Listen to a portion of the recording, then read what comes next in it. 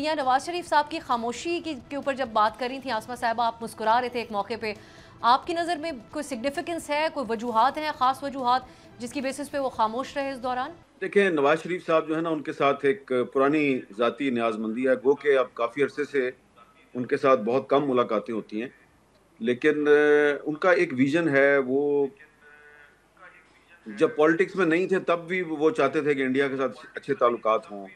फिर वो जब पॉलिटिक्स में आ गए तो उन्होंने कोशिश की कि इंडिया के साथ अच्छे ताल्लुकात हों।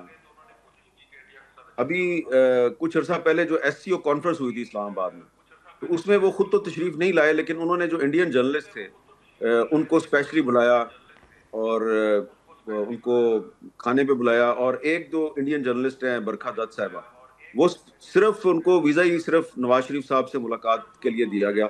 यानी कि वो एससीओ कॉन्फ्रेंस में नहीं आई, वो सिर्फ नवाज शरीफ साहब को मिली और वहीं से लाहौर से वापस चली गई। तो ये नवाज शरीफ साहब की कोशिश है बड़े अरसे से कि वो चाह रहे हैं कि जी इंडिया के साथ अच्छे ताल्लुकात हों। और जब वो प्राइम मिनिस्टर थे तो मेरी जब भी उनसे मुलाकात होती थी तो मैं उनके साथ एक बात करता था, वही बात फिर मैं इमरान खान साहब की हुकूमत के दौर में भी करता था। इवन जनरल बाजवा साहब हैं, वो भी मेरे से नाराज हो गए थे इसीलिए कि मेरा ये मौक़िफ़ था कि मोदी जो है, मोदी, उस पर आप एतबार नहीं कर सकते। और मोदी जो है वो एक ऐसी पार्टी का प्राइम मिनिस्टर है जो कि आरएसएस का पॉलिटिकल विंग है। और लेकिन क्योंकि मोदी साहब जो हैं वो नवाज शरीफ साहब की नवासी की शादी में गए थे, तो नवाज शरीफ साहब का और उनके बहुत से साथियों का ख्याल था कि मोदी साहब जो है उनको एक चांस मिलना चाहिए। तो बाद में नवाज शरीफ साहब ने तो सिर्फ एक मुलाकात की थी, फिर उनकी हुकूमत खत्म हो गई।